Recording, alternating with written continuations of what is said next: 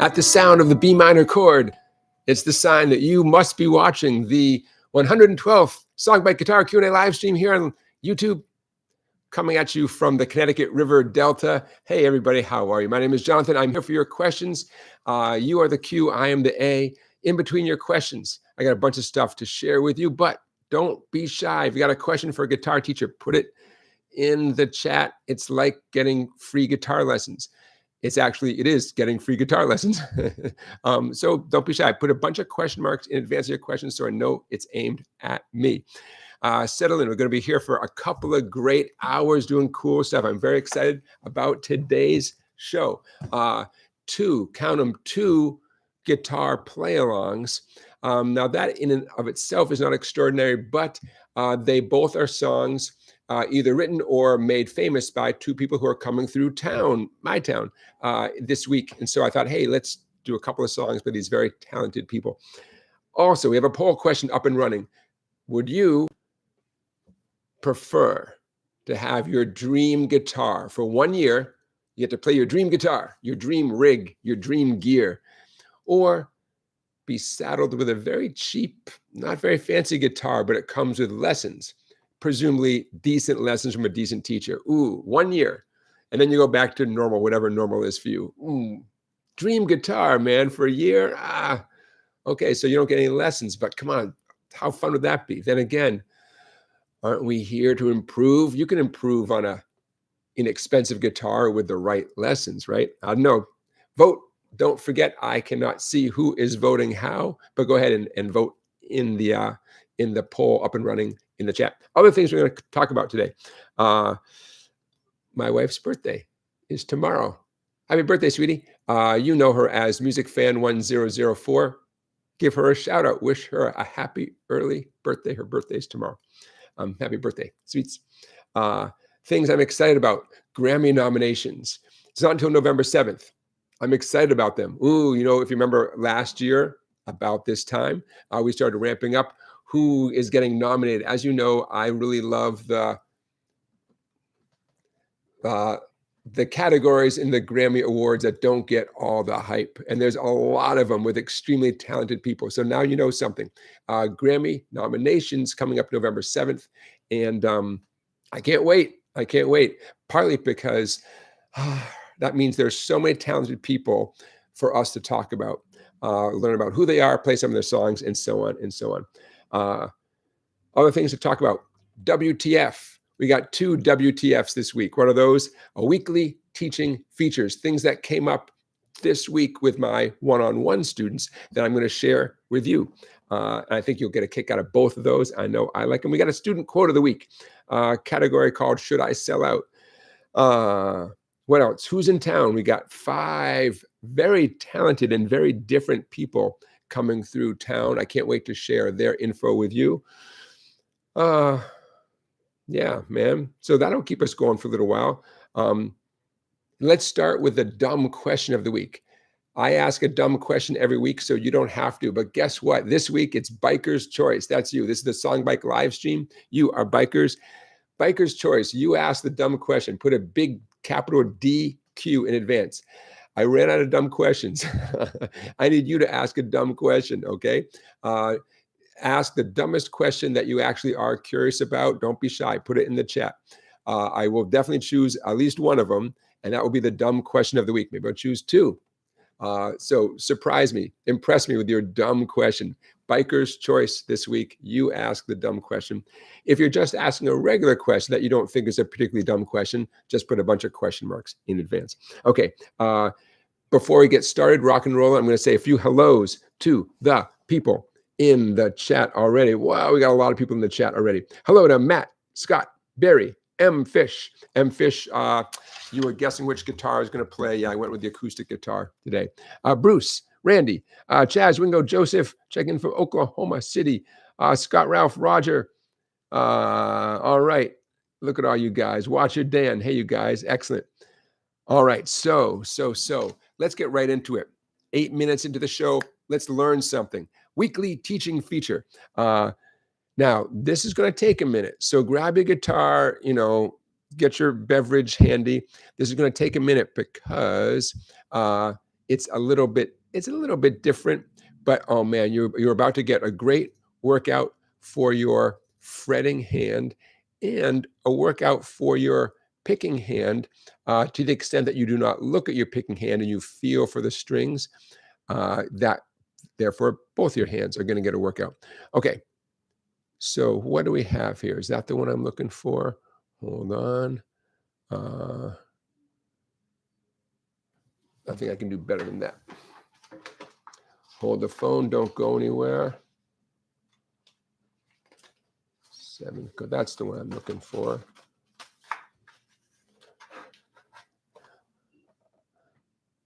Yes. Okay, we're going to do that one. Okay, what we're about to play, I'm sharing with you, like I said, WTF, a weekly teaching feature, something I did with a bunch of students this week. You should be seeing it on your screen very soon. There you go. What we're doing is we're taking the key of G. The key of G is 7 notes: G, A, B, C, D, E, F sharp, and then another G sitting on top, the 8th note, the octave. We're taking that series of 7 notes and we're putting our fretting hand in 2nd position. That means your index finger is going to play any of the 2nd fret notes. Middle finger is going to play any of the 3rd fret notes. Ring finger, any of the 4s. Pinky, any of the 5s. We're going to stay in that position the whole time. And we are going to outline or arpeggiate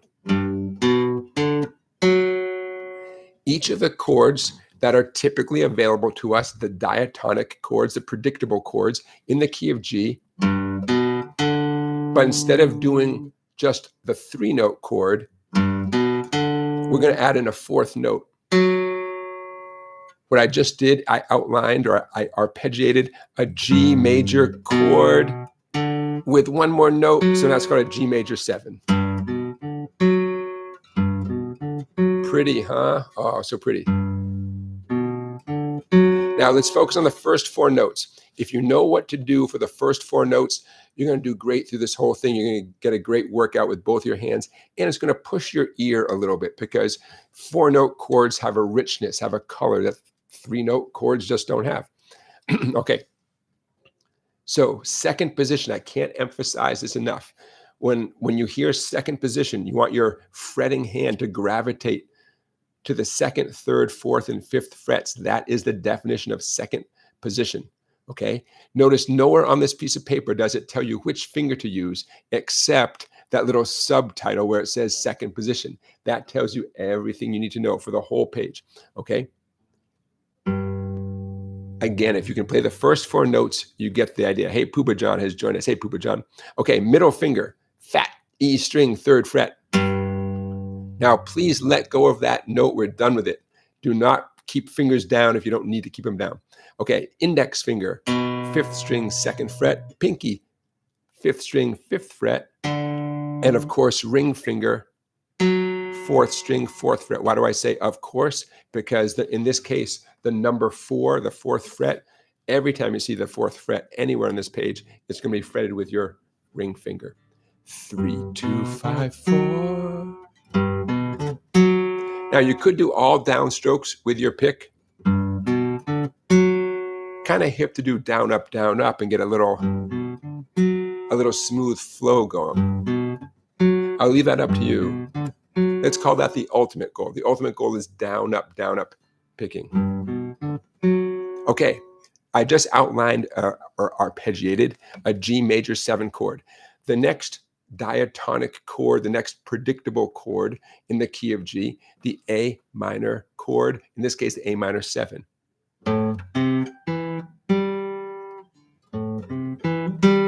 Ah, sounds nice, right? Pinky, middle, index, pinky. How do I know which finger to use? Same way you do. My fretting hand, my left hand is in 2nd position. Pinky, middle, index, pinky. It's so important to use the proper finger for lots of reasons. You'll play faster and better and smoother. Secondly, this workout right here, it works out your entire fretting hand, all 4 fingers more or less equally. Your ring and pinky are definitely going to get plenty of use. And they might resist that at first, but don't let them. The third measure of line 1, the B minor 7 arpeggio, 2, 5, 4, 2.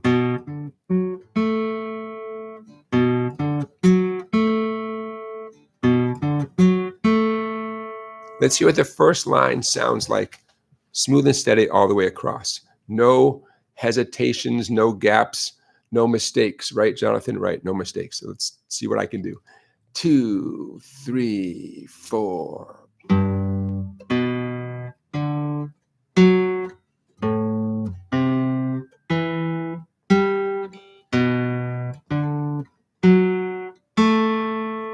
Okay, you good with that? Line 2. The middle of line 2, the D7 arpeggio. The E minor 7 arpeggio. Line 3, we are about to arpeggiate a chord that might sound strangely supernatural, scientific, an F sharp minor 7 flat 5 chord. Holy cow. This is the chord that they don't use. Of course they use it, but they don't. The 7th chord of the 7 chords available to you. I know when I say 7th chord, almost everybody's going to think 7th chord, D7, C7, whatever.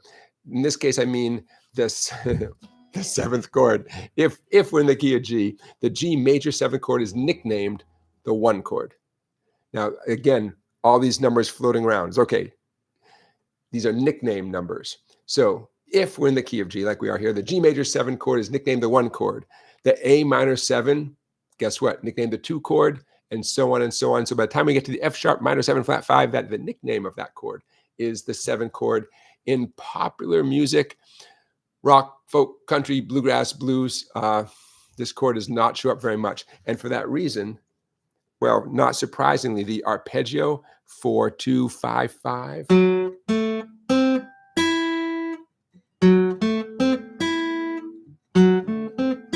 It might not grab your ear as like a beautiful sound. Then again, maybe it does. By the way, our ears can grow to like anything after you repeat it 3 or 4 times, 5 times. But your ear might have rejected at first. You get used to it. Now, you get a little reward at the end. Why do I call it that? The last 5 notes are probably the easiest for a bunch of reasons, including there's only 1 note per string. 5, 4, 3, 2. Also, it forms a nice little diagonal line. I'm trying to get my left hand in the shot here. Sorry about that. It forms a nice little diagonal line. 5, 4, 3, 2. Maybe it's the easiest one to memorize of all of them. How about if I go in this direction, ladies and gentlemen? That's better. And you get a reward at the very, very, very end because the last note is G. It gives you the feeling that you made it home again.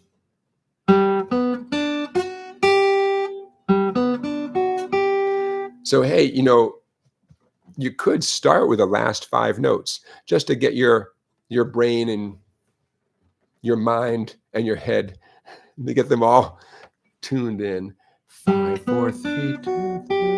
Oh, it sounds so pretty, right? What makes these sound kind of pretty, a little jazzy?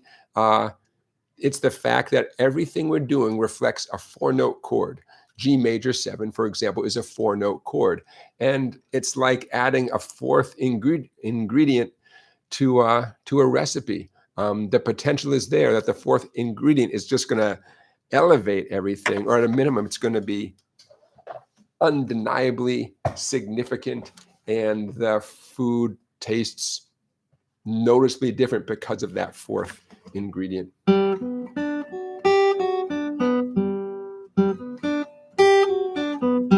What's that? I'm getting closer to the... Isn't that a little melody thing from Yes or something?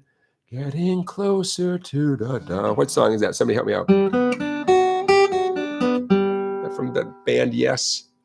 Closer something something. Somebody tell me. Anyways, as you play any melodic stuff like this, it's possible.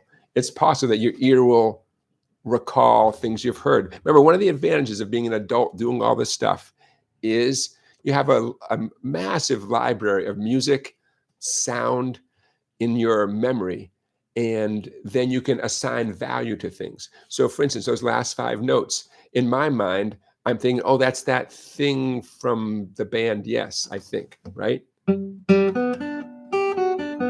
So now it has more value than it did a minute ago, you know? And my opinion is that when we attach value to any musical thing, we enjoy it more, we play it more, we remember it better, and so on and so on, you know? Okay, now I'm going to scroll up a hair because check this out. Okay, see at the bottom of the page? At the bottom of the page, I put, there we go. I put, what's that, 5. I put 5 chords, 5 of the 7 chords that you are arpeggiating up above. I left out 2 because they're slightly harder than the 5 that are there. Here's why I put any chords at the bottom. Write a song, man. Write a song.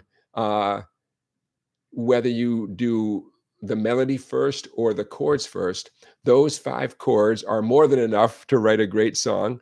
And you know what to do melodically with each chord. You know, if you get the urge to, let's assume we're going to start, our first chord of our song is going to be a G major 7 chord. We're in the key of G. It makes a lot of logical sense to start. The second chord is up to you. What if the second chord is the E minor 7? By the way, it would sound like this. I'm going to do 4 strums in the G major 7. And then there's the E minor 7. I'm going to repeat those a little bit. G major, E minor. Okay, now let's say you had a looper and you looped yourself doing that exact thing. 4 counts in each, maybe 8 counts in each, over and over again, right? You could then either compose a melody or improvise a melody using the G major arpeggio, G major 7 arpeggio, and the E minor 7 arpeggio. Remember, you can play these in reverse order. That's what the E major 7 sounds like backwards. Okay, now you're up and running. You got 2 chords that sound good together, and you have 2 arpeggios that reflect each chord. You shake up the order of the notes in the arpeggio to make it sound less predictable, less like an exercise. Nothing wrong with that. But you do not have to, once it's you composing the melody, you certainly don't have to put the E minor 7 arpeggio notes in that order. You don't even have to play all of those E minor 7 arpeggio notes. Okay, bottom line is, the reason I put those chords at the bottom was to encourage you to make your own music. At a minimum, this page is a good, exercise, but why stop there, right? Why stop there? Okay, there you go.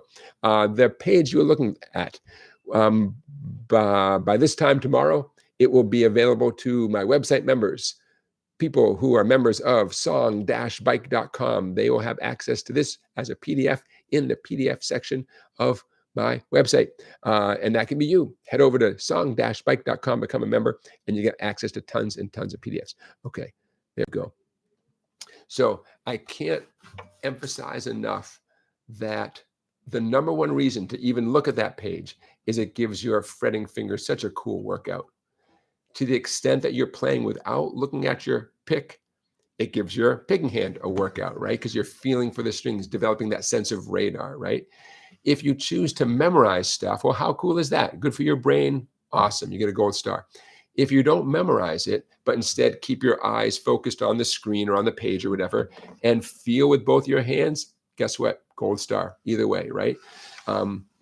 You know your brain, you know your mind. Are you the type of person who just really memorizes stuff and then you focus on your hands and that's how you like it, great.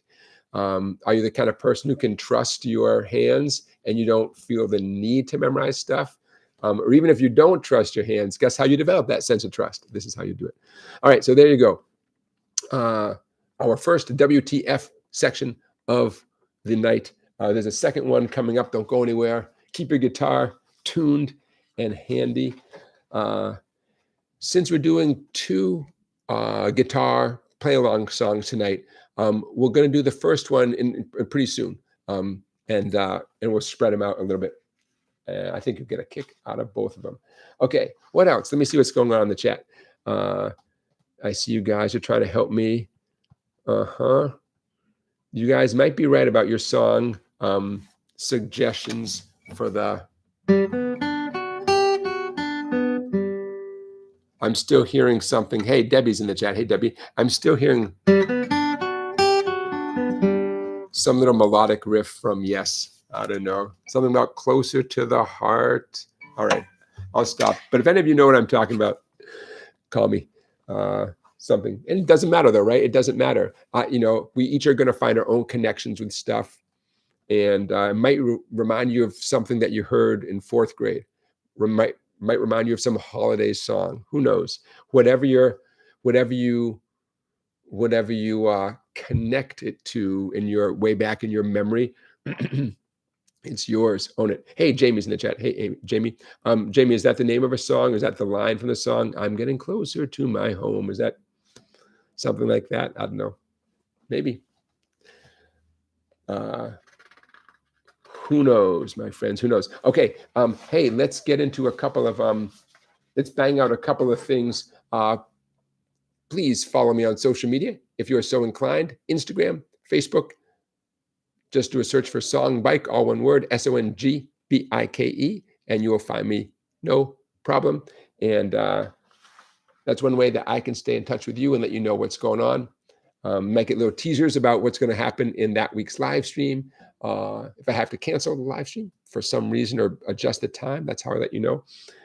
This week, I posted possibly my most successful, I'm going to pull it up so I can share it with you guys. One of my most successful posts ever. Why was this so successful? I don't know. Posted a picture of myself as a first grader. I don't often do things like that. Why did I start now? I don't know, man. Aren't we supposed to post like on a regular basis? In theory, if you're lucky, I will find it and post it again. In theory, we're supposed to post stuff like this all the time, but I don't know. In general, I post things that are typically more obviously music related.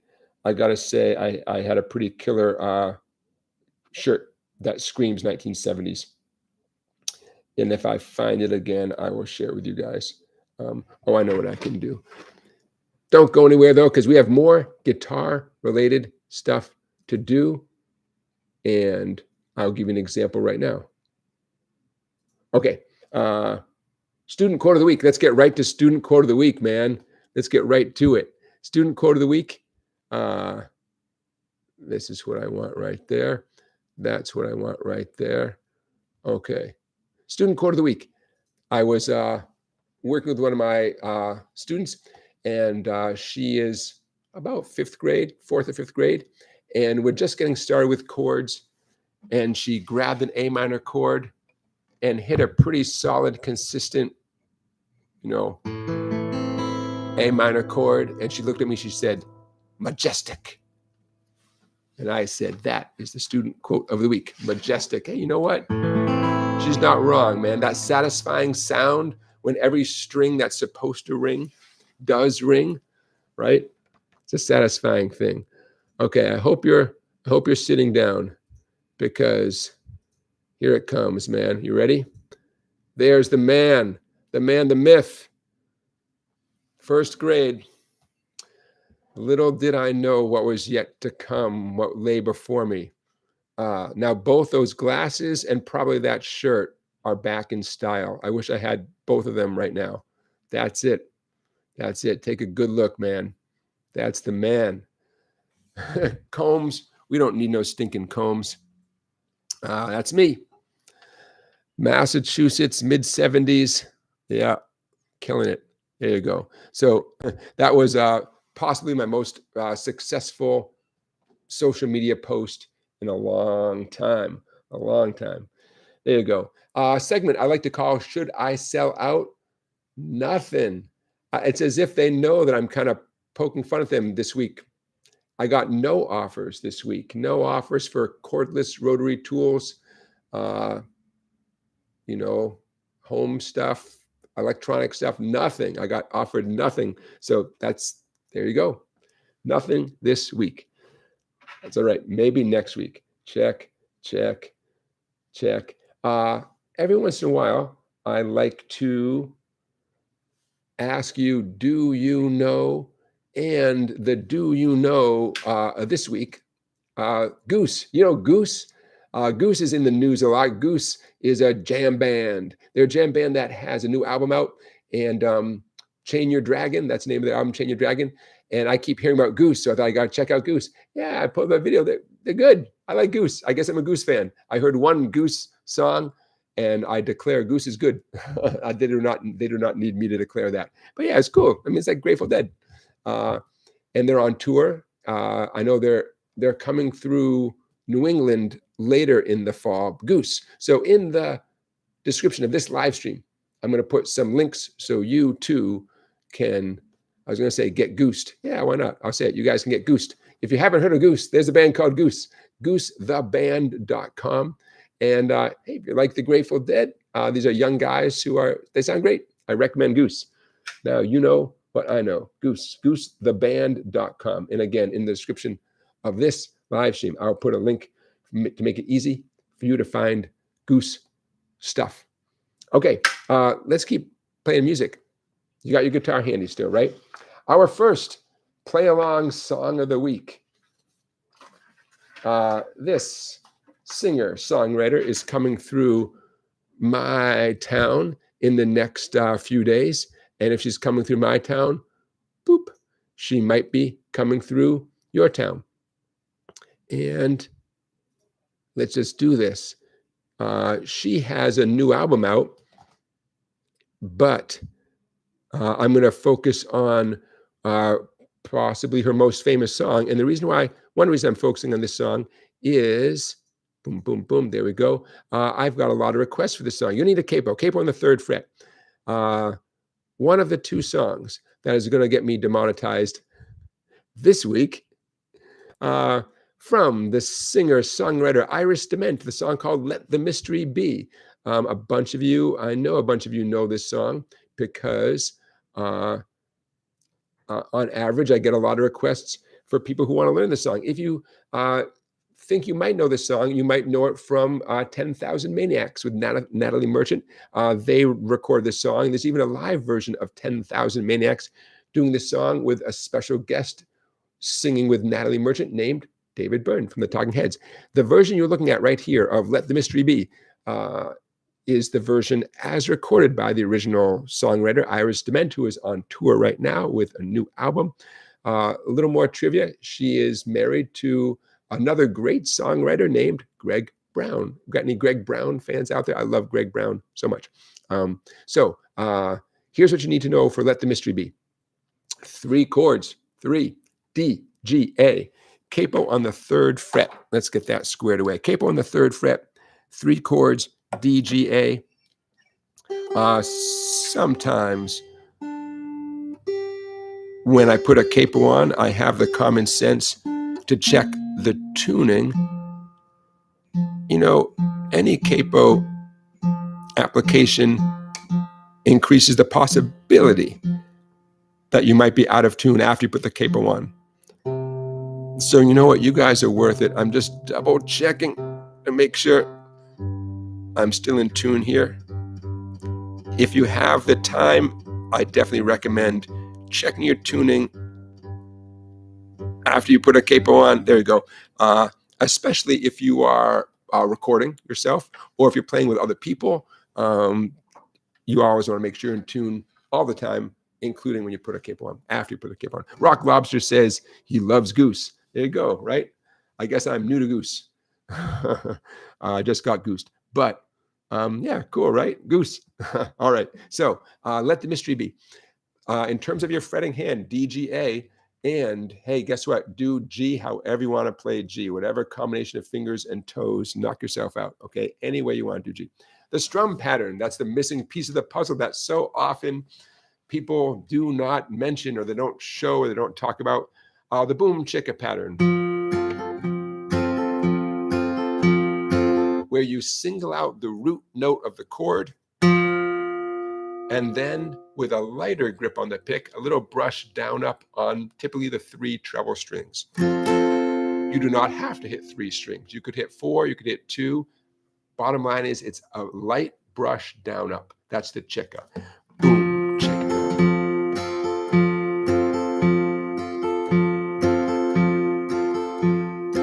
See where the name comes from? Boom, chicka, boom, chicka. In general, I'm going to make every effort to hit the open 4th string on the D chord, D as in Delta, the 6th string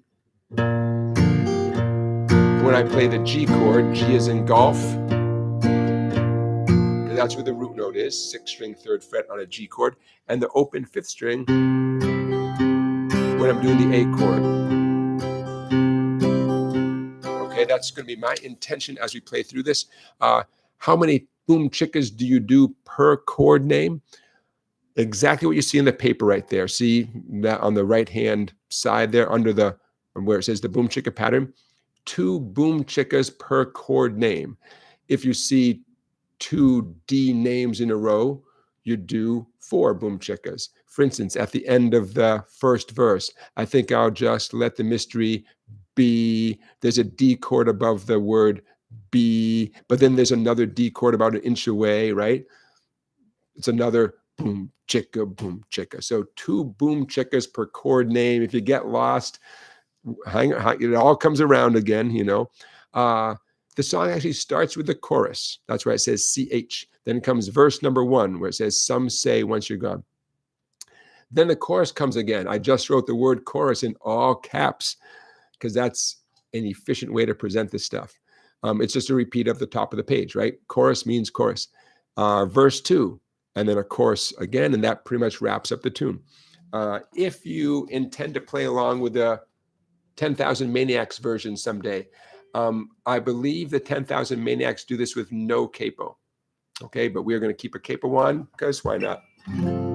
Okay, Iris Dement starts off vamping on a D chord like this. So I'm pretty sure she does 4 boom chickas on the D chord before she starts singing. That's what we are going to do no matter what. Okay, you ready, Freddie? Not too fast. I'll see you on the other side. 1, 2, 1, 2, 3, 4.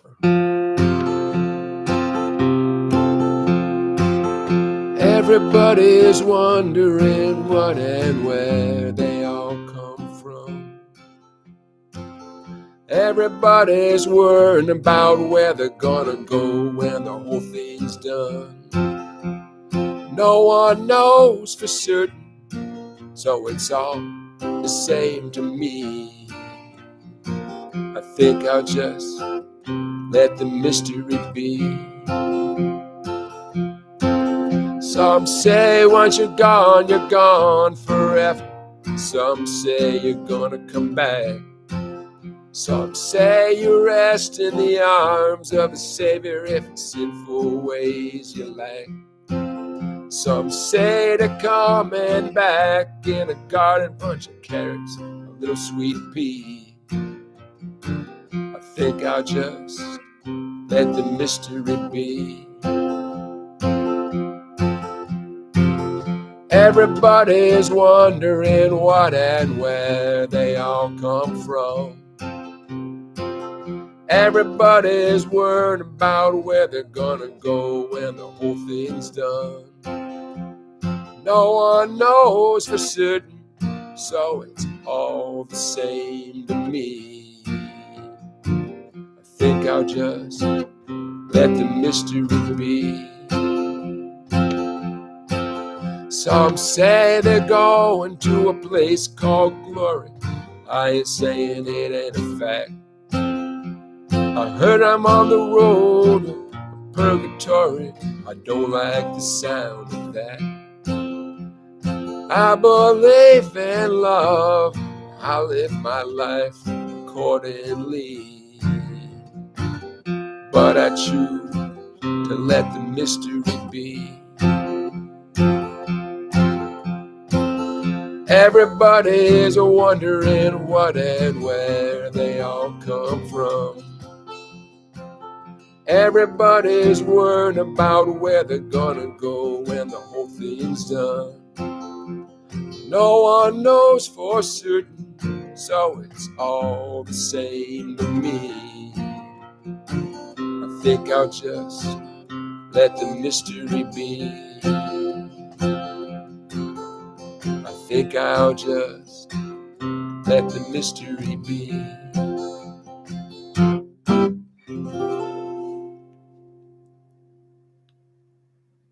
I sped up a little bit intentionally at the end there. I went from the boom chicka to a strum I'm going to talk about for the next tune, boompa chicka, boompa chicka.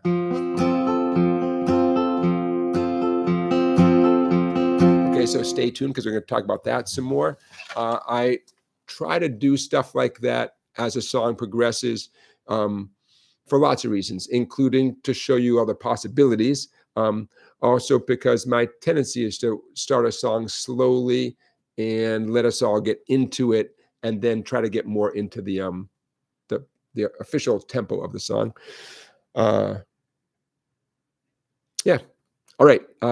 So Iris DeMent on tour right now, got a new album out. She's coming through my neck of the woods, probably coming through your neck of the woods very soon. In the description of this live stream will be more info about her. Website, a Wikipedia page, all that kind of stuff. Iris DeMent, very cool. Okay, questions, comments. Now's a good time. I'm going to wet my whistle, and now's a good time. If you have a question about what we just did or about something else, don't be shy.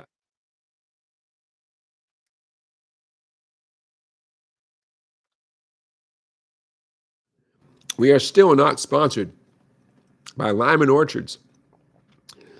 Drinking their premium apple cider. It's been pasteurized.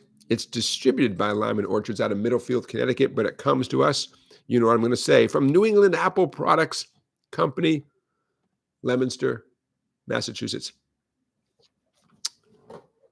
Always in good taste. Poopa John says that's a good song to play along with. You got it. Okay, here's a question for you. That was in the key of D, but it was capoed up 3 frets.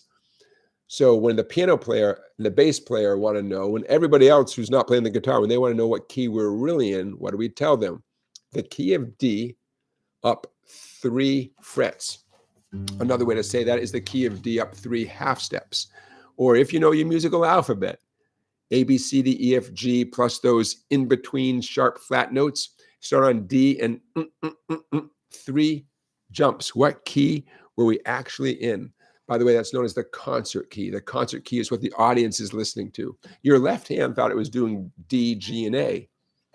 And it was, but because of the capo, it didn't sound like your typical D, G, and A. What key were we actually in? And the winning answer gets 10,000 points, 2 gold stars, and a new car. Anybody? Bueller? What's the concert key? D up 3 frets. And I do hope that all of you find yourself in that situation where you're playing with other musicians who want to know what's up with your capo.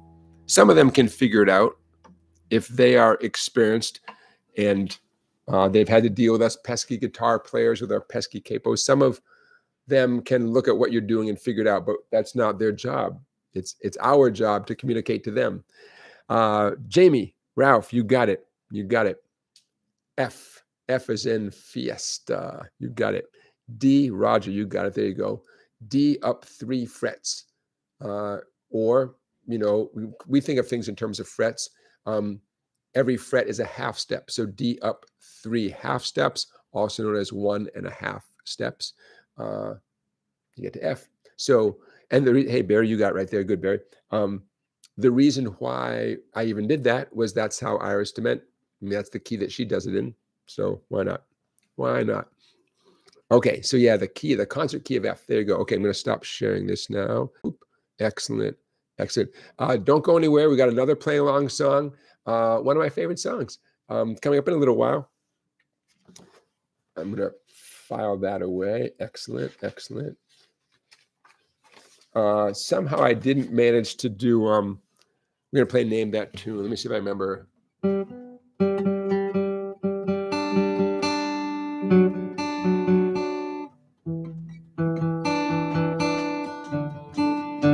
If I had together, we would have done this song for the play along song today. Name that tune, and then you'll know why I was thinking about doing it today. What's that song? I'm kind of fudging it. I think this is pretty much how it goes. What song is that?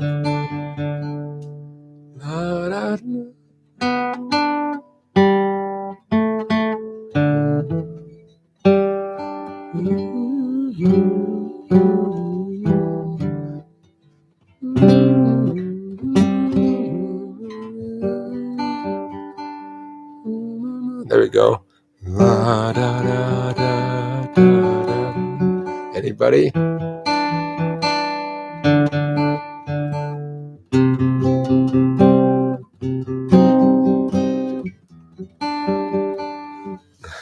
What song is that? Name that tune, and then you can educate us all as to why Jonathan thinks that would be a funny tune. That would have been a funny tune for us to do. Hey, Scott. Scott is a dumb question. Scott, that's a great dumb question. Remember, this is Biker's Choice this week. You ask the dumb question.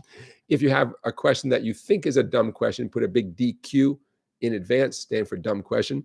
If you just have a regular question that you actually think is a good question, just put a bunch of question marks. Scott Rhodes, dumb question number 1 of the night. What's more important, a guitar strap that looks cool or a strap that's comfortable? It's a dumb question. I mean, you know, are you going to be on stage for 4 hours? Does it have to be that comfortable? What if it just looks so good, man? Scott, that's a dumb question. Excellent. Good job. Excellent. I mean, I wouldn't want to wear a comfortable strap that looked dumb, right? Then again, that's tough. That's a dumb question, man. That's a good dumb question. Okay, Scott, even though everything's made up and the points don't matter, you just got 5,000 points right there. Meanwhile, 10,000 points go to M. Fish and Randy, who recognize that cute little guitar riff. Not cute, it's a good guitar riff. From Green Day, the song called Wake Me Up When September Ends. Yeah,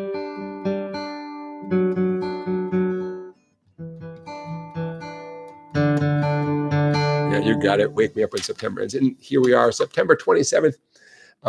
And yeah, the day before my wife's birthday. If you have not already wished Music Fan 1004 happy birthday, please do. She's our moderator. And you guys are behaving yourselves. She's not having to jump in and moderate y'all. But don't make her get in there. You'll regret it. Not the day before her birthday, but feel free to wish her happy birthday. Okay, so you ready to play some more? Man, enough of me talking. Let's get right into the playing stuff. Oh, there's lots. Remember this whole thing about the WTF weekly teaching feature? Okay, here's another thing I've been doing with students, and I've been doing this with you guys too, technically. Okay, what Jonathan calls the the ultimate guide to bass note runs. Let's do a little bit more because these are fun. I'm sorry, these are just objectively, these are fun. If your screen goes black, chill.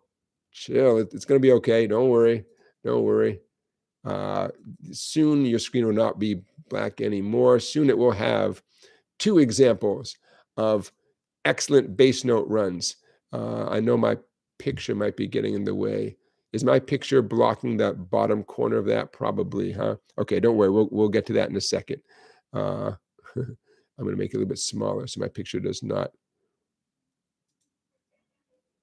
block that. That might work. Okay, so another weekly teaching feature, the WTF part of our show. The Ultimate Guide to Bass Note Runs. This particular pair of pages involves minor chords. We've done lots of major chords in previous live streams, timing into minor chords, just in time for Halloween, right? Okay, so less talking, more playing. Here's example number 1 based on an E minor chord, going to an A minor chord. Here it goes.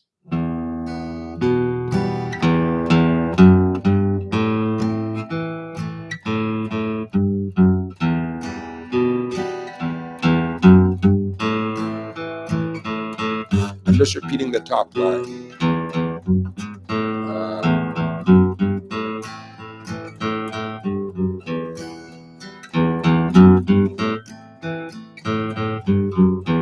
All right, so what are we doing here? As you know, there are ways to connect chords. You can't escape chords, and why would you want to? But you can have a lot of fun while you're playing chords. It's a way to, number 1, sound great. Number 2, challenge yourself. Number 3, contribute more to the song rather than just strumming the chords, you know. Those are some of the many reasons you want to get good at bass note runs. Okay, so every example we're about to talk about today, and there's going to be 6 of them, every example is going to be an E minor chord, strummed this way, boom, chick, 6th string, 5th string, and that's how everyone's going to start. And halfway through, the third of the 4 measures is going to be an equivalent thing on the A minor chord. The fun is what happens in between. So take heart, the chords are not going to get any harder than E minor and A minor. But what happens in between to link the chords is going to start off pretty rudimentary. It's going to get funner and funner and funner and more fun. And if you don't watch out, you just might learn something. Okay, so any questions about line number 1 there? All downstrokes.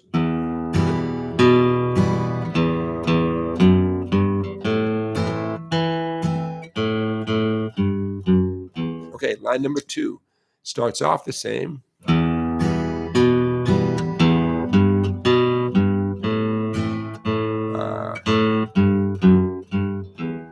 By the way, the faster you go, the better these sound. I hate to press you, but they do sound better and better the faster you go. They sound fine at a slowish medium tempo too, but if there's ever a time to push yourself to be nimble and smooth, this is it. Again, all downstrokes with your pick. Okay, that's, well, coming up we'll get some down ups, but so far everything has been all downstrokes. Okay, so what's happening here is we're getting a little more creative. The top example, the number 1 example, I call that linear. It's just very much like going up, you know, just like going up a set of stairs. No funny business, you know, you start at the bottom, you go up to the top of the stairs, and you go back down again. The second example, a little more circuitous.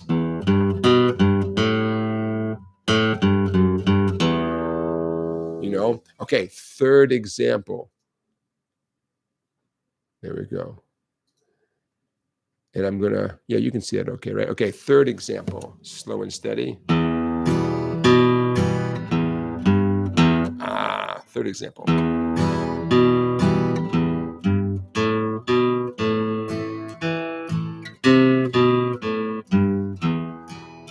Go faster.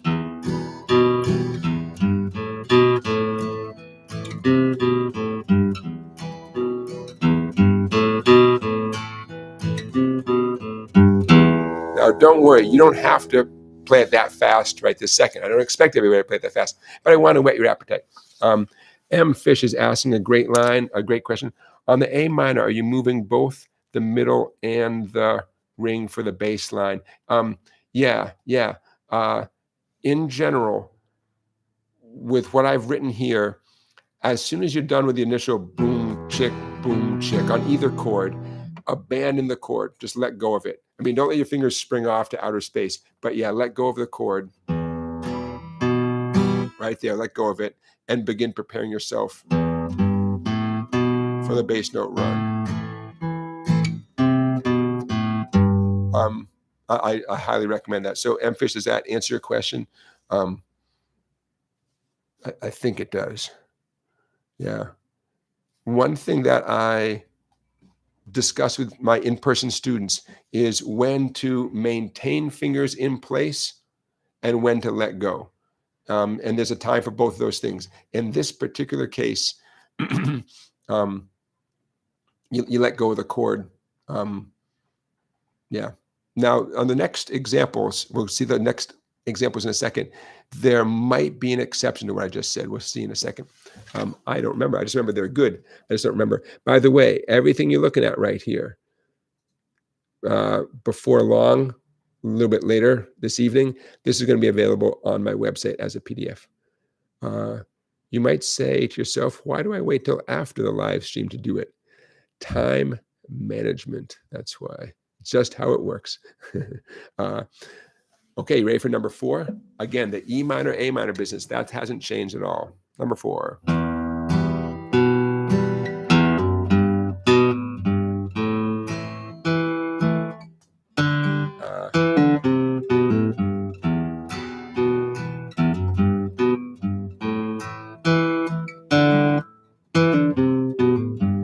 Now, M-Fish, you've got me thinking now. I'm thinking when I should be playing.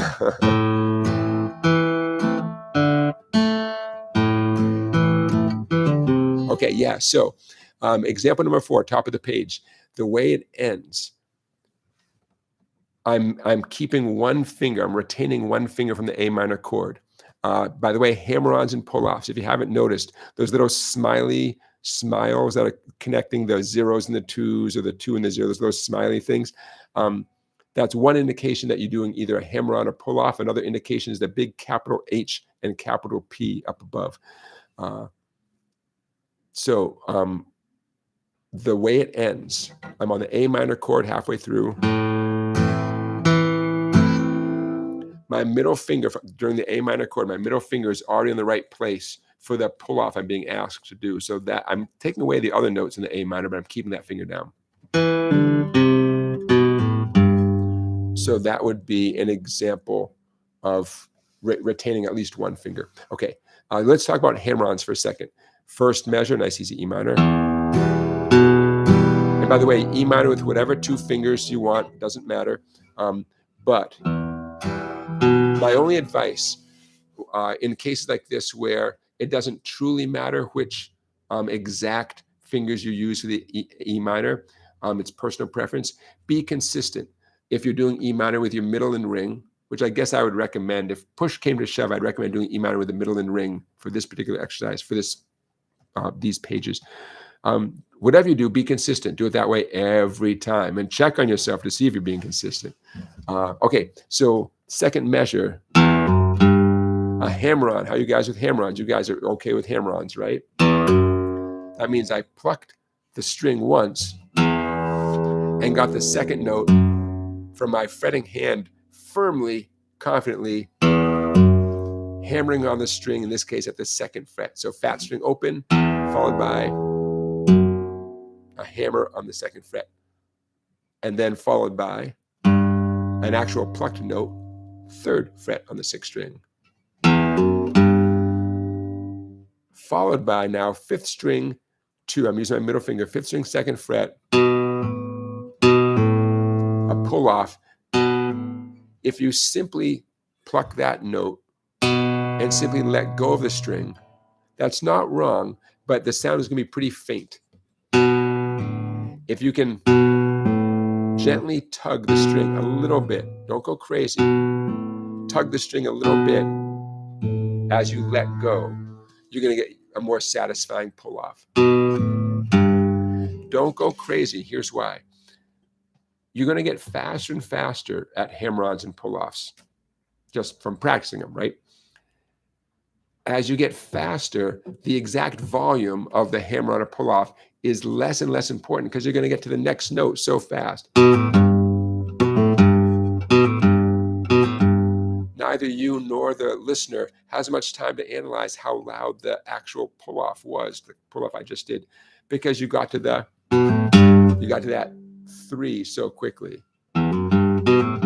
So even though I appreciate anytime a student is super diligent and they want the hammer-ons and pull-offs to be very crisp and clean, I get it. Just don't go crazy and don't beat yourself up because you want to stay light and smooth.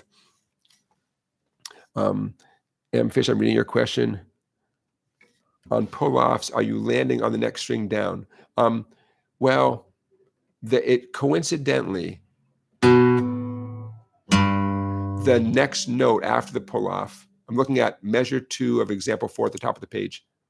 I'm pulling off 2 to 0. The next note is on the next string, but I'm treating that as a whole separate independent thing. I am plucking that 6-string 3. Maybe that's what you're asking. I am plucking that string. I'm not achieving that string any other way than the good old-fashioned way I earn it. Anyone know what I'm talking about? The old-fashioned way we earn it. What was that? Charles Schwab Investments? I don't know. So in both, I'm looking at, again, measure 2 of example 4.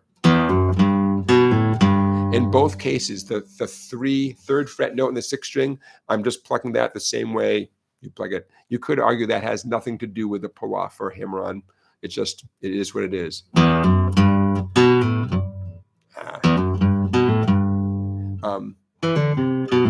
Okay, moving on. Example 5. Example 5. Ooh, now we're showing off a little bit. Remember, we started connecting E minor and A minor with very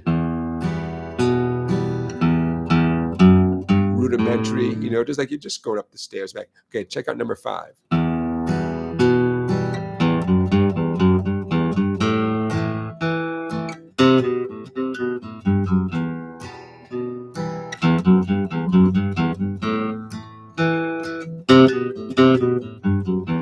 I mean, if we continue the staircase metaphor, it's like you're doing some pirouettes on these stairs, man, and you're having a lot of fun on the stairs. That's when your mom says, "Hey, quit horsing around on the stairs. You're going to hurt yourself." Let's face it, you're showing off, right? You are not taking the most direct way to get from E minor to A minor, but you're having some fun. Alternate picking with your picking hand.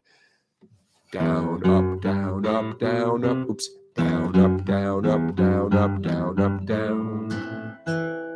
Down, up, down, up, down, up, down, up, down. So fun.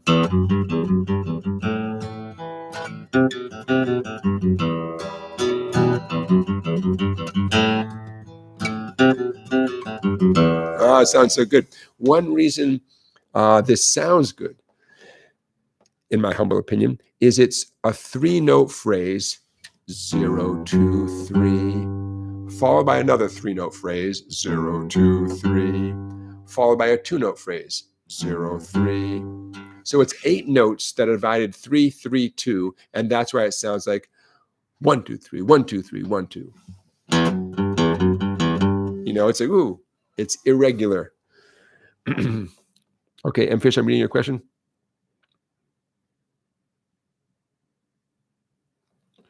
Okay, Fish says, asking about the pull-off. You pluck the string and land on the D string, not land the D string ring.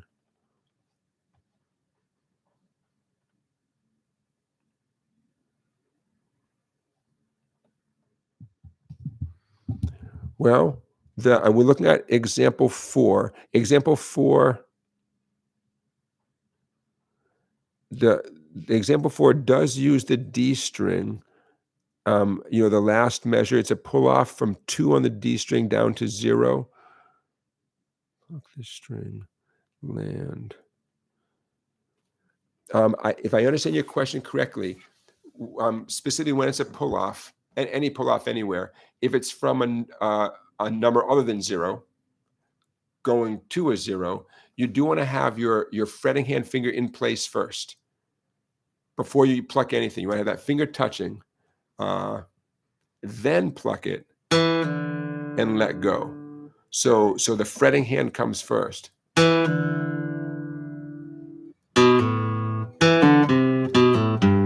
I'm using the end of example 4. Now we're back on example 4 for a second. Does that make sense? If I understand your question correctly, you want to have your fretting hand finger touching in this case, the 2, the second fret on the D string. Pluck it, and then let go. Here's 3 on the 5th string. And same thing, 2 on the 5th string, 2 on the A string. It's already there, it's right there, ready to go. I pluck it, I let go. I'm going to tug it a little bit, and then 6th string 3. See if I hope that answers your question. Okay, we got one more. Last one, fast one. Okay, there it is. Bunch of hammer-ons. By the way, it doesn't say which finger to use. I recommend middle finger. The middle finger, just a good, strong, solid piece of bone and flesh for doing these hammer-ons. Number 6, slow and steady, sounds like this.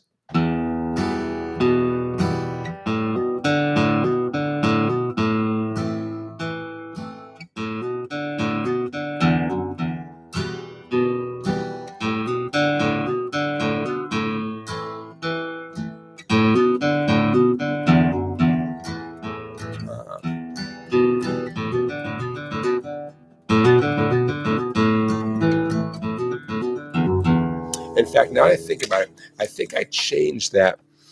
It's okay the way it is, but that second measure, I believe I changed that. If you ultimately get this from my website, or if some of you are watching this in the future, in days to come, that second measure, I believe I shifted that over in my ultimate copy. I shifted that over so it starts in the D string.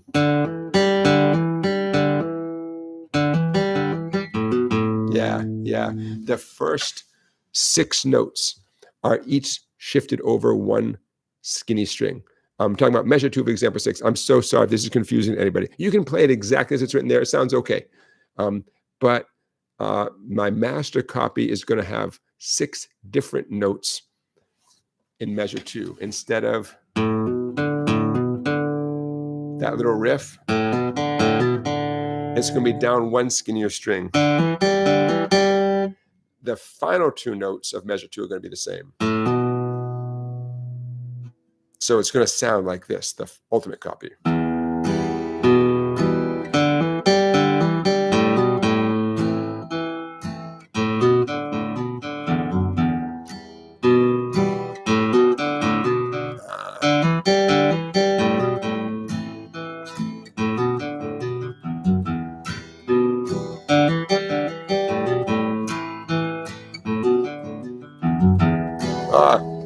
My favorite thing is that final measure. Ooh, spooky, it's minor. You're in minor world. Okay, thoughts, questions, comments? I'm going to make that little change when this live stream is done. And actually, I already made it. I just have to upload the right copy to the to my website.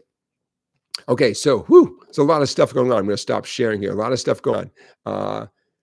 Number 1, just putting in time on this stuff makes you a better guitar player. The things your brain is processing, what we're asking your fingers to do, the precision we're asking for your picking. Keep that in mind. It's easy to beat yourself up if something is challenging. It doesn't sound even halfway good right away. You're putting in the work, and it's making you a better guitar player. And then it's just a matter of patience and discipline and faith hanging in there, that it's going to sound better tomorrow than it does today, right? Oh, speaking of which, a topic I want to get to, would that be a good segue? Yeah, man. Okay. A topic I haven't mentioned today in the teaser for this show at the beginning of the live stream, but I mentioned it in the email that I sent out. Some of you might get emails that promote this show if you're on the email list. An easy way to get on the email list, by the way, is to head over to song-bike.com and get yourself a free copy of the SongBike Blues Guide. It's free, And just by putting your email address there, so you get it emailed to you for free, that puts you on my mailing list. And that means you get an email from me that tells you about what's going to happen in the live stream each week, or gives you some hints at what's going to happen. So hey, now is as good a time as any to talk about something that near and dear to my heart. Here's the question. You ready? Hope you're sitting down. Are you going to be better at the guitar? Are you going to be 1 year better at the guitar 1 year from today? What do you think? Are you going to be a year better? The year's going to go by, knock on wood, we'll all still be here, and your guitar will still be, in your possession. Are you going to be a year better a year from now? That's a pretty good goal, right? Have I improved 1 year every year I play the guitar? It sure doesn't feel that way. How do you even know, right? How do you know? I mean, I've come a long way on the guitar, but do I improve?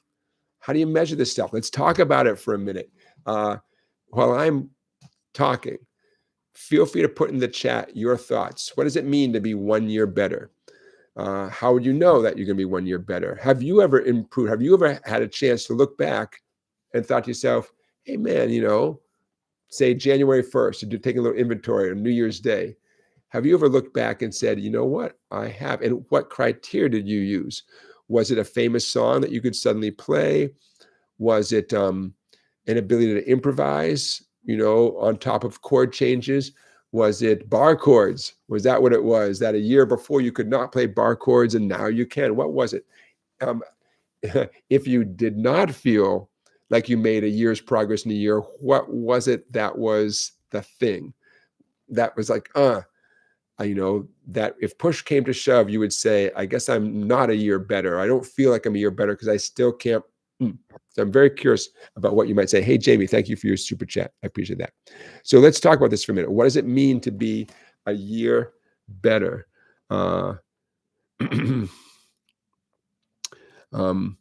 Willie says, I would say yes, because I would improve on my recording. So Willie, you think you will be better a year from now, and because you're recording yourself and you're listening back to the recording, because you're reading my mind, if we make it a goal, next year, this time next year, we'll meet up again when September ends. We'll meet up again, and you'll ask me, and I'll ask you, are we a year better? Now, here's some of my thoughts. First of all, you would have to set very specific, reasonable goals. I know reasonable is a loaded term, but let's at the moment, let's all agree on what reasonable is at the moment. So you'd have to set very clear goals. Now, we should be doing this anyways. Things that deep down inside, you actually think to yourself, yeah, in a year, I really should be. That really seems like I should be able to do that in a year. You got to list them. Put it to paper. Make it put it on your phone somewhere in the notes on your phone. It seems to me that would be the number one way to start. If you accept the challenge to be a year better, this time next year, you got to have a list. You might want a pretty good size list, because we all aren't, who knows what is within your reach. So don't put all your eggs in one basket. Put a handful of things. Let's say a minimum of, what's a nice round number? 5 things, right? Let's say your list should have 5 things on it that you deep down, you really honestly do believe. We all have that little nagging voice of doubt, but you can put that nagging voice aside and say, yeah, those 5 things, man, at least some of those, if not all 5, at least some of those should be doable a year from now if I put my mind to it, right? But it's got to be very specific, and you have to really be honest with yourself about what's reasonable. It's not, be the next Steve Ray Vaughan a year from now, Okay, what else? You're probably going to have to either practice more than you are right now, Or if you feel like you're putting in some serious time right now, you're going to have to maintain that, uh, every day, right? When it comes down to it, any any commitment to anything, it pretty much has to be a daily commitment. I wish there's a way around it. I'm laughing to keep from crying, because believe me, I know how hard it is to find time every day. So number two, part of the plan is to be very honest with yourself. If you're going to be a year better, it's going to be the result of, number one, playing every day, and either playing more than you currently are, um, or if you truly are like just killing it with the practicing, then you've got to maintain that, on a regular basis. Okay, what are some more things to to ensure that you're going to be a year better? Uh, Recording yourself. Um, a year from now, how are you going to truly know you're better? Truly, truly, truly, how are you going to know? You got to record yourself tonight. Say, okay, uh, let's say I want to be able to play all 5 pentatonic scales by heart. That's a 1-year goal. There are 5 pentatonic patterns, and they all connect with each other like Legos. They click together, click, click, click, click, click, right up and down the fretboard. To have all 5 memorized and to be able to smoothly transition between them, to me, that's for some of us, that's a pretty reasonable goal for a year, in the course of a year. Yeah. So you want to record yourself like this week playing each one of those 5 patterns. And we should do a show. I know we've talked about pentatonics, but we could do a show where I could show you those 5 patterns in a visual kind of image. But bottom line is, no matter what, record yourself. You got to record yourself as soon as possible. Think of how much better you're going to sound a year from now. You're going to want to go back. You're going to laugh. You're going to say, 2025, man, I'm so much better.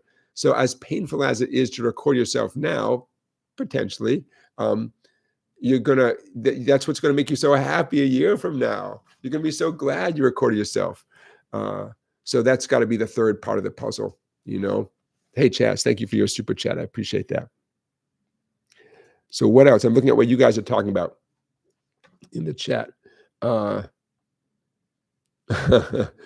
Nobody gets worse. Nobody gets worse. I've never met anyone who got worse on the guitar. I've met people who might have forgotten a certain riff, and it takes them a minute to blow the dust off it, but nobody gets worse. So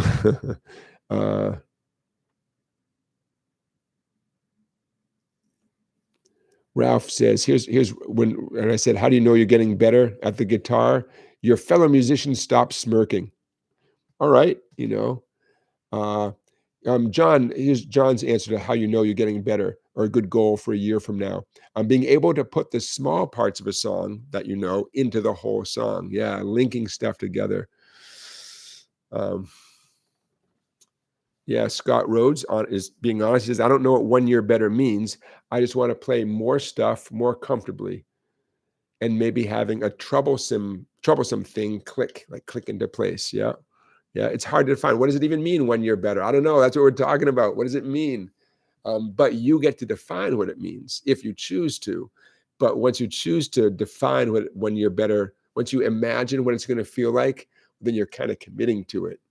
And I'm here to facilitate that, at a minimum, to start the conversation, but hopefully to say, okay, man, we talked about this last September. Who's a year better?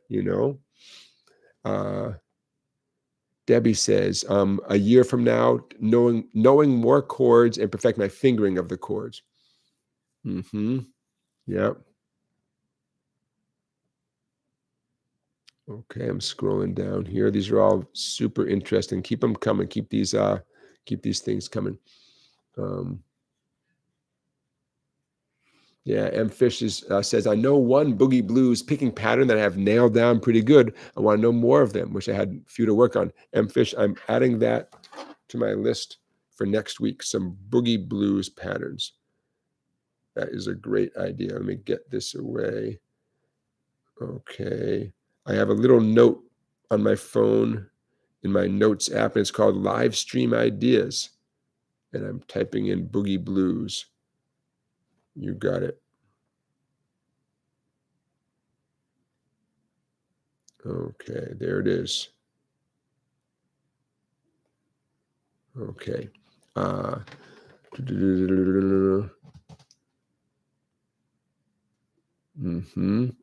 Debbie is talking about exercises showing the chord melody where the melody note is moving in the middle of the chords. Very interesting. Willie says, I thought alternate picking was impossible, but now it's something I don't even think about. Yeah, nice, man. Yeah, down, up, down, up, down, up. Excellent. John is talking about Sultans of Swing, knowing like a bunch of the licks of Sultan and Swing, but not playing the whole song. Yeah. Yeah, knowing more strum patterns. You got it. Knowing more, and of course, being able to play them smoothly. Yeah, don't forget the Strum Pattern Bible. Where it is? Oh, there it is on top of the heap. The Strum Pattern Bible. Available in PDF form, song-bike.com. There you go. Dozens and dozens of strum patterns and a bunch of finger picking patterns, all based on famous real songs. Randy says, cleaner chord changes without having to look at the fretboard. Yeah. I go back and forth about it, encouraging people to play without looking at the guitar. We're all so different. If I see someone who is playing pretty well, a certain riff, exercise, whatever, and they're not looking at the guitar, I definitely bring that to their attention because that is something to be proud of. If I see someone messing up and I know it could be fixed almost instantly if they just looked at one of their hands, then, after about a minute, it's kind of like yanking the pitcher and saying, look, man, or that when the manager goes out to the mound and says, look, man, I don't want to take you out of the game, but we got to have a little talk here, So, if you keep messing something up, yeah, then take a look at whichever hand, do it a whole bunch of times looking at it. And then when the time is right, go back to doing it without looking, I go back and forth on that. Our number one goal is not to play the guitar without looking at it. Our number one goal is to make good music, right? And way down the list, as an isolated goal, to play the guitar without looking is so far down the list. What realistically, though, as you get better and better and better, part of what makes you better is the trust you have in your hands. But that kind of comes over time anyways, as opposed to being the goal. Now, having said that, I think it's very cool to work on something and then close your eyes and say, okay, can I do it? Eyes closed, can I do it looking out the window? But I'll say it again, that is not, playing without looking at the guitar is not the goal, right? That's not, I can't tell you how many photos of rock stars I see, and there they are on stage, and what are they doing? They're looking at the guitar. I mean, anybody you can name, any guitar player you can name, Google their name, click on images, and you tell me what percentage of the image of them playing the guitar is them looking at the guitar. So what does that tell you? They're choosing to look at the guitar. I don't know why, but they're choosing to look at it. And yes, you can find a percentage of them, whoever it is, Eric Clapton, where he's not looking at the guitar. But that don't make that your number one goal. Number one goal is good music, good sounds, an understanding of music, and then over time, you'll be able to play a variety of things without looking. But yeah. Okay, Willie, I see your dumb question. That is a very dumb question. I'll get to that in 1 second. Ralph says to be able to play a B minor, to bar a B minor chord without pausing. Yeah. Noodling. M Fish says, I heard people talk about noodling. I want to be able to noodle. Yeah, wheedly. Improvising lead guitar. Yeah. So, okay, you guys get what I'm saying. To objectively, to the best of your ability, objectively, to be able to say a year from now that you are a year better, it's going to require a bunch of things. A concrete list that you think are reasonable things, a list with a bunch of things on there, a commitment to putting in the time, recording yourself. Keep coming back to this live stream. Let us know how you're doing. Ask me a question, man. Free guitar lessons. Okay, we're going to move on, all right? Willie Snyder has another dumb question, DQ. Remember, this week was Biker's Choice for dumb questions. And usually I ask it. This week I asked you to ask a dumb question. When you play live covers, are all the solos memorized, or are they mostly improvised? Now, when you say when you, are you talking about me or human beings? Here's what I would say, though. When any band does a cover song and there's a guitar solo in the song, it's worth thinking about how memorable and integral to the song that solo is. For me, George Harrison, when George Harrison plays a guitar solo, it feels like it's always been there. It was meant to be, and you wouldn't even want to play a George Harrison song or a George Harrison guitar solo. You wouldn't want to play it without doing what he does. Doesn't mean you can't maybe change like a little thing, but and when the person is clearly just going nuts and having a ball and doing crazy stuff, you get a sense that you have the permission to do the same thing. So, Willie, when you ask about me personally, I have gone both ways.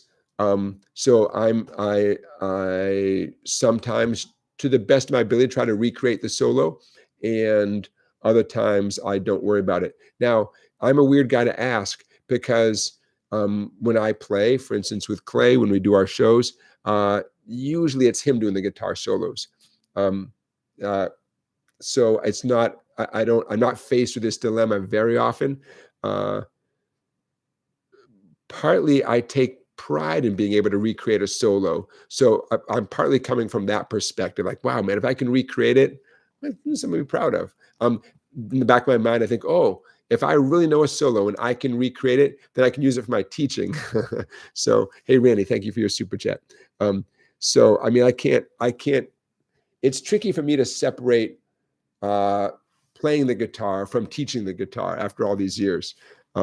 So when I learn a guitar solo to the best of my ability, note for note, with the intention of performing it, I know I'm also going to most likely find opportunities to teach it as well. So I'm motivated. I'm doubly motivated. So yeah. So me personally, I'm, to the extent that I'm even in a position where I am going to perform a live guitar solo, I'm probably likely to the best of my ability, recreate the actual note for note solo, or try to come close to it, as opposed to the extreme opposite where I don't care what happened on the recording. I'm going to do my own thing. Yeah, it's a great question, but everyone's going to be different, and there's no judgment on my part. Scott says, do you break in a leather guitar strap the same way you'd break in a baseball glove? Yeah, I've seen those a lot of leather guitar straps are so stiff, right? And they just don't seem comfortable. So yeah. Short answer is yeah. I would, if I were you, I would do something to break it in. But here's one big concern. You don't want to do anything chemically to the strap that's going to get on your guitar. So I don't know what to do exactly to break it in, but that would be my number one concern. Like, and I'm sure that's something that you would think about too. Some sort of oil or something that's going to make the leather, really great. It could potentially be bad for your guitar finish. So I would keep that in mind. When you're 9 years old and it's spring and you got that new baseball glove and you want to get it all loosened up, and you're going to get all dirty and messed up anyways. The last thing you're concerned about is little oil on your hands, right? Yeah. Okay, you guys, you ready for another play along song? I bet you are. Also coming through town this week. What are we looking at here? I don't need that. Cancel. And if she's coming through my neck of the woods, you know what I'm going to say. She might well be coming through your town too. Okay, ba-boom, ba-boom. There we go. I'm going to scroll a little bit, like, that's pretty good. Okay. Coming through town, doing hopefully this song, it's one of the songs she's known for. Susie Boggess is coming through town. And Susie Boggess was the first person I ever heard do this tune written by Ian Tyson, Someday Soon. I hope some of you guys know this tune. I love this tune so much. Susie Boggess is one of many people who have covered this tune. Judy Collins. Judy Collins might have been the first famous person besides Ian Tyson as part of the duo Ian and Sylvia. They recorded it in 63. Judy Collins did it in 69, I believe. And who pushed Judy Collins to record this song? Stephen Stills. Stephen Stills said, Judy Collins, record the song. And that, helped her decide to record this tune. Many years later, Crosby, Stills, and Nash did a song called Someday Soon, but it was not the same tune. Go figure. Okay, so I love this tune. The way it's written out here, no capo is necessary. This is how you could play along with Susie Boggess's version. Why is it her version we're focusing on? Number one, it's a great version. Number two, she's on tour. So hey, let's give her a little attention. Song written by Ian Tyson. Interestingly, Ian Tyson, a lot of experience in the rodeo as a young man, was badly injured in his mid-20s on the rodeo. And while he recovered, he thought he'd learn how to play the guitar, and the rest is history. Talk about a late start on the guitar. Not the first person. Ellis Paul, any Ellis Paul fans out there? Ellispaul, Ellis Paul.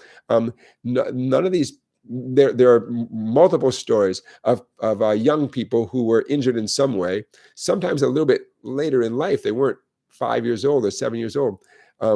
And they decided to pick up the guitar and then went on to be professional musicians. Ian Tyson, fantastic songwriter. In fact, when Ian Tyson did Someday Soon as part of the duo, Ian and Sylvia, it was the B-side of, what's their famous tune? I'll tell you in a second. If Someday Soon is your B-side, that is pretty cool. And if we have any Ian and Sylvia fans out there, you will know. Oh, come on. What was their big?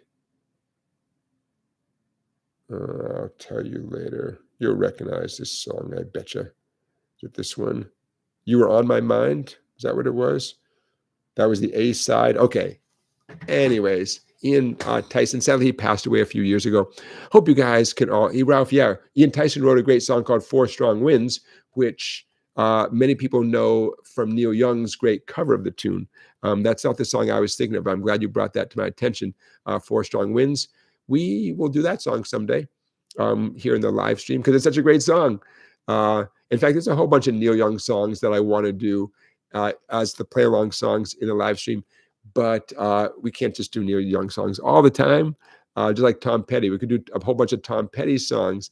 Remember, when I choose these songs to live stream, I'm looking for songs that are not too fast, not too many bizarre chords, hopefully no bizarre chords, some sort of steady, obvious strum pattern. And this song checks lots of those boxes.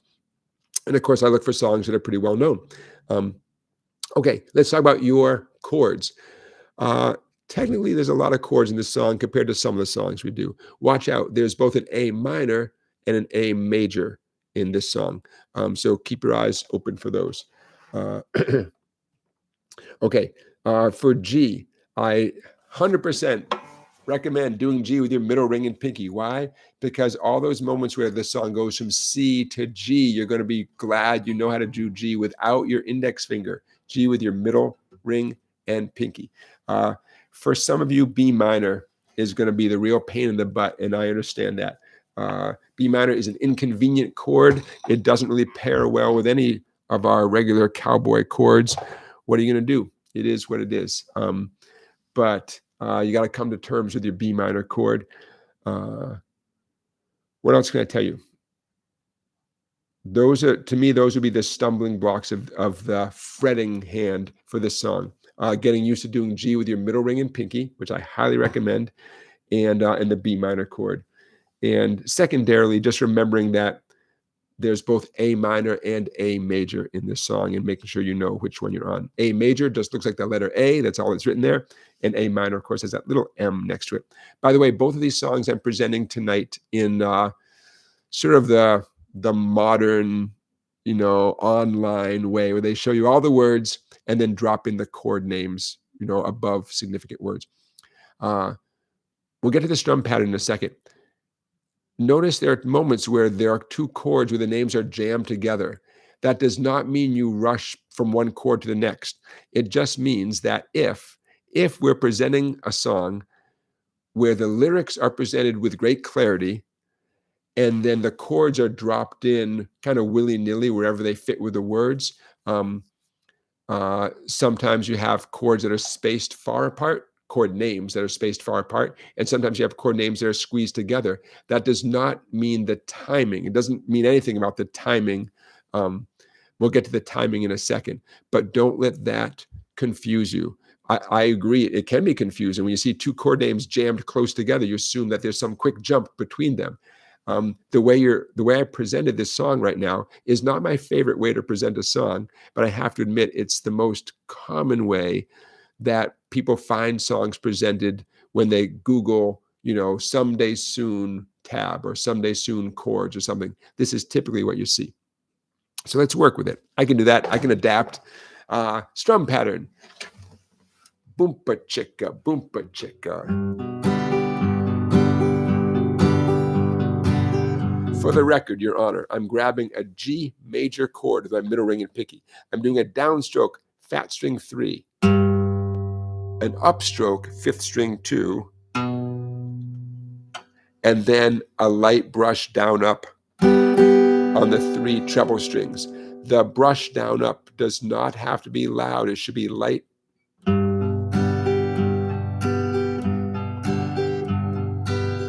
It doesn't have to be 3 treble strings. If you hit 4, it's okay. If you hit 2, it's okay. Don't overthink it.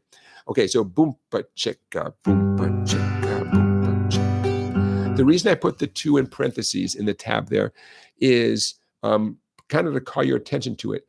You don't have to do it, but it's not difficult, and it adds this nice rolling feel. On Let the Mystery Be earlier tonight, it was simply a boom, chicka kind of vibe, because that fits the song really nicely. All we're doing is we're inserting an upstroke, in this case on the 5th string. We're inserting an upstroke where there wasn't one on Let the Mystery Be, and so that's why it's called boompa chicka, boompa chicka.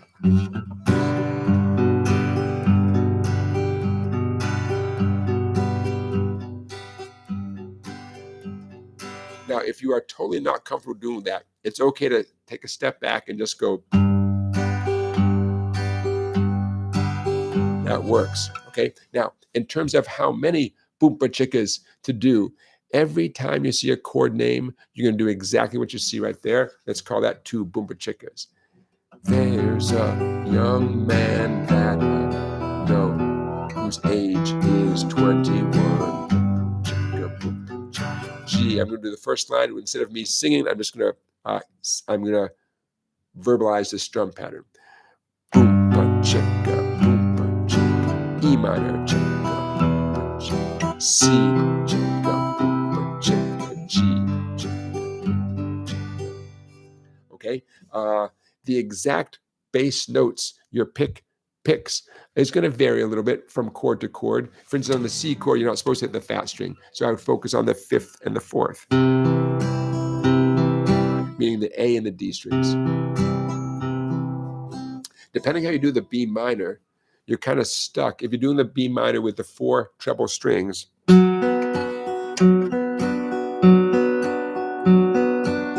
then you only have 4 strings to work with. No big deal, but that means a downstroke on the 4th, an upstroke on the 3rd, and then essentially you're going to be brushing those strings along with the 2 treble strings.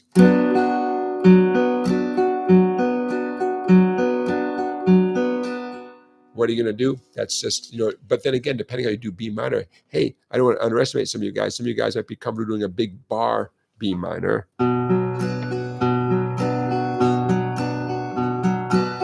Then you could do the 5-4 chicka, 5-4 chicka. Okay, concept of the root note is super important. The root note is the note typically on the bass string, one of the bass strings, that shares the name of the chord. So it's the G note during the G chord, the C note during the C chord, the A note during the A chord or A minor chord, and so on, you know. Okay, no capo necessary here. Notice we have verse number 1, verse number 2, the bridge of the song. When he comes to call, that bridge, you know, starts in the D chord. Then verse number 3. Then there's a solo over the verse chord progression. Which verse? Doesn't matter. It's the same chord progression. After that, that's like a depending on whose version you listen to, it's some sort of guitar solo. Then they repeat the bridge again after the solo. And then they repeat verse number 3 again. Tag ending. Tag ending is when you repeat the last line, you know, someday soon, going with him, someday soon. You say it again, someday soon, going with him, someday soon. You've heard that type of ending your whole life, thousands and thousands of times. It's known as a tag ending. Okay, enough talking. Let's do this.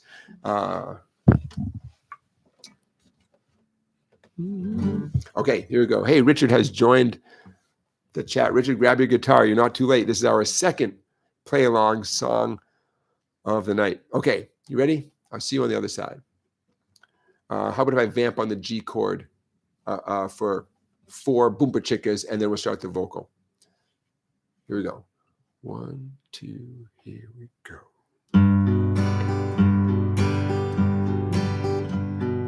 There's a young man that I know whose age is 21. He comes from down in southern Colorado, just out of the service, looking for his fun. Someday soon, going with him someday soon. Parents cannot stand him, he rides the rodeo. My father says that he will leave me crying. I would follow him right down the toughest road I know. Someday soon, going with him someday soon. When it comes to call, my pa ain't got a good word to say. I guess it's 'cause he was just as wild his younger day. So blow you old blue norther, blow my love to me. He's riding in from Southern California, loves his damn old rodeo as much as he loves me. Someday soon, going with him someday soon. Solo G major.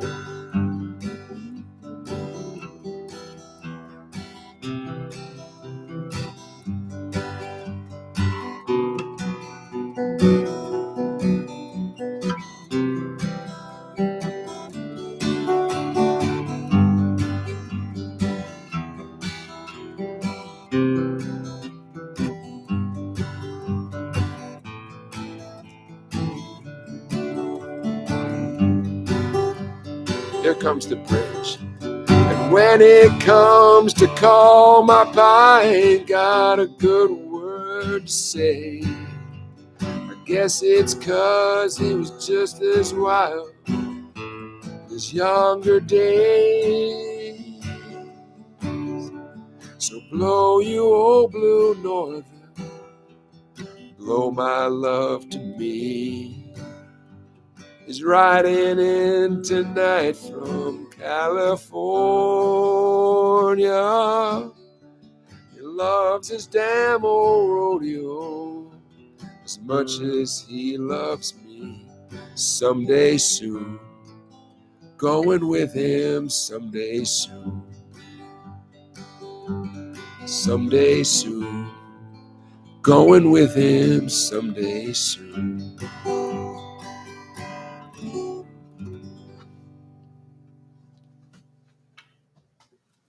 All right, if you didn't know that song before, now you know it. Why are we doing that song tonight? Susie Boggess helped continue the popularity of this tune back in 91, I think. And it's just a song she's known for doing, and she's coming through town. So I thought we'd do Someday Soon, written by Ian Tyson, recorded by Judy Collins, and many others. But that version, basically based on Susie Boggess's version, which I recommend. I love that tune. Okay, there you go. Our second play-along song tonight. If you missed the first one an hour ago, Let the Mystery Be by Iris Dement, also on tour with a new album out. If you were to ask me, I'm going to stop sharing here. If you were to ask me, does Susie Boggess have a new album out? I really should know that. I'll tell you in a minute. Because would Spotify lie? Let's see, show all. Okay, I believe Susie Boggess, yes, Susie Boggess, 2023. Her album from 2023 is called Praying for Sunshine. There you go. All right.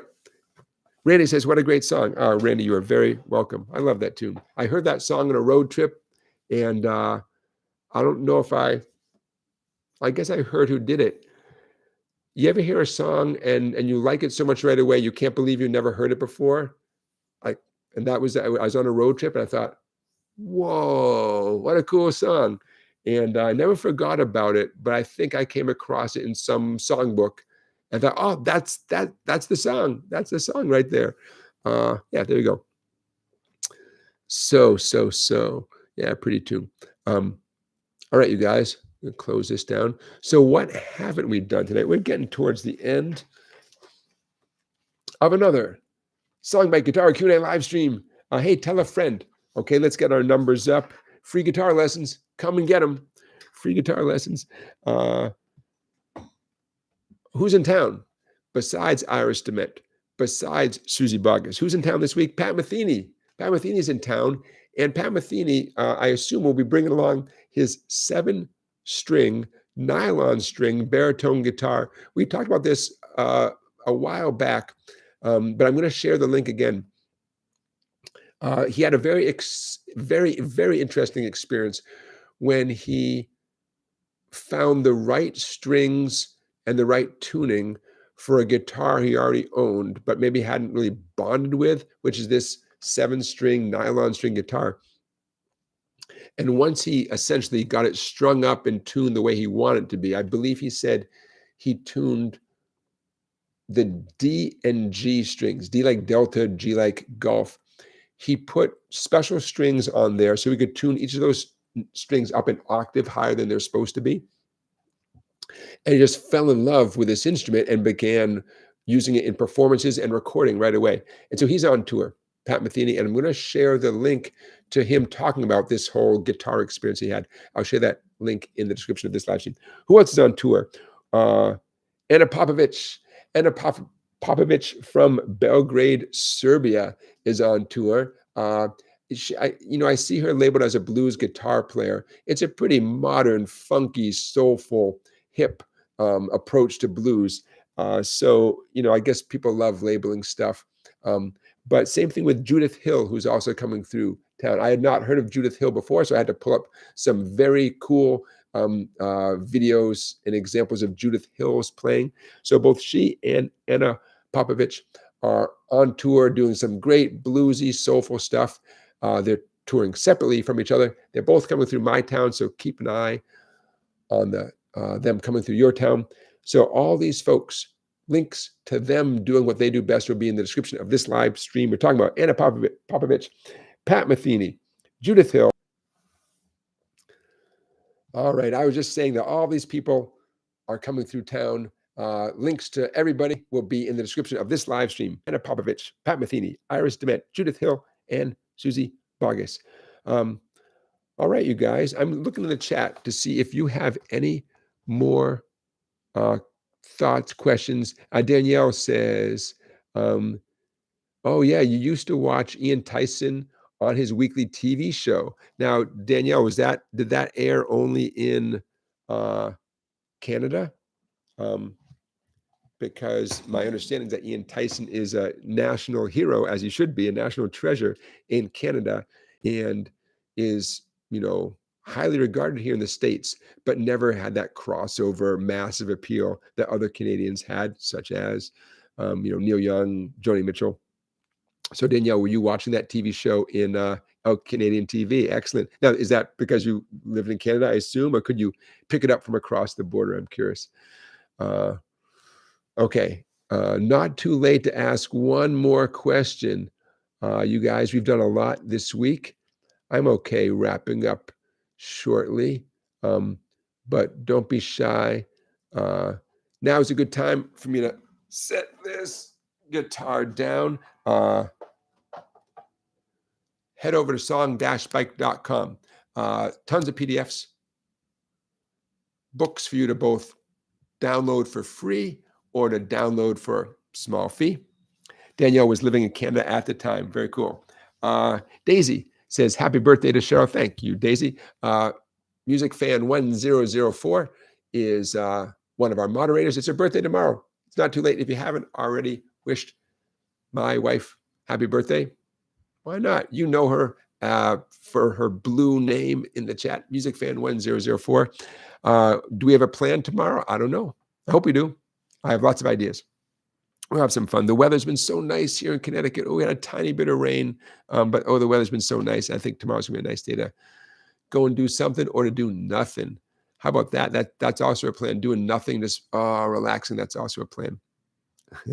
M. Fish wishes my wife happy 29th birthday. I like your attitude. We should all wish each other happy 29th. That sounds pretty good, right? 29 is nice. It's what a great number. I actually don't remember my 29th birthday. It wasn't bad. Sure, it wasn't bad. Music Fan says, thanks, everyone. 29 feels good. Excellent. Love it. All right, you guys. Hey, let's call it right there. Let's end it with some nice birthday wishes. I wish you guys all a great week. Momentarily, I'm going to start filling out the whole description of this live stream with links and all sorts of stuff. Give me a few minutes. And then very soon, I will also be uploading the PDFs we talked about just a little bit later tonight. I'll be uploading those to my website, song-bike.com. How can you support this live stream? Just go to SongBike and get yourself something. Song-bike.com. Get yourself a book. There's merch for sale. The affiliate link. How could I forget the affiliate link? In the description of this live stream. I'll let you guys get it from the description of this live stream. If you're going to buy yourself something from Sweetwater anyways, do it using the affiliate link that's easily found in the description of this live stream, and buy yourself something. Then Sweetwater sends a little bit of your purchases to this live stream to support it. A lot of you have done that already, I know, because Sweetwater gives me a little statement, and I thank you for doing that, those of you who have used my affiliate link.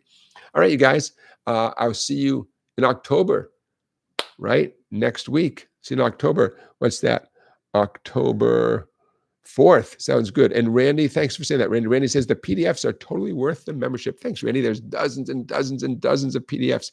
Many of them are directly related to live streams you've done, but there's a bunch of things that are not that are independent. Many of them relate to YouTube videos I've done or whatever. If you have any questions, ask me. Don't be shy. info@song-bike.com. So you can support this live stream by purchases and stuff at that website, song-bike.com. But also, hey, man, just tell a friend. Let people know. Some of you have shared links and information about this live stream on your social media. I love that. Tag me in that and keep me in the loop. I love that. Very cool. All right, you guys. Thanks for being here. I'll see you October 4th. And I already got a good idea from M. Fish about doing some more boogie blues lines. Let's do it. Keep in mind, being a year better, right? A year better. You can do it. What does it mean? What is a year better? You define it. But yeah, you can do it. Give it some thought. Okay, you guys, thanks again for being here. My weekend begins now. I'll see you next week. Good night, Debbie, Randy, Barry, Scott, Martian, Murray, Wingo, M. Fish, Danielle, Daisy, Chaz. Who else is here? Richard, Ralph, Willie, Scott. Who else is still? John, if you're still here. Who else? Anybody else? Okay, whoever else is still here. Thanks for being here, you guys. Our poll results. Oh, how could I forget? Final thing, and then I'll let you go. Poll, question of the night. If you could have 1 year with your dream guitar or 1 year with a cheap guitar in lessons, 71% of you, cheap guitar in lessons. 29% choose the dream guitar. I get that. I'm just, you know what? I'm just happy that for once it equals up to 100 because so many times these polls do not, somehow it doesn't equal up to 100. I don't know, 100%. I'll see you guys next week. Take care.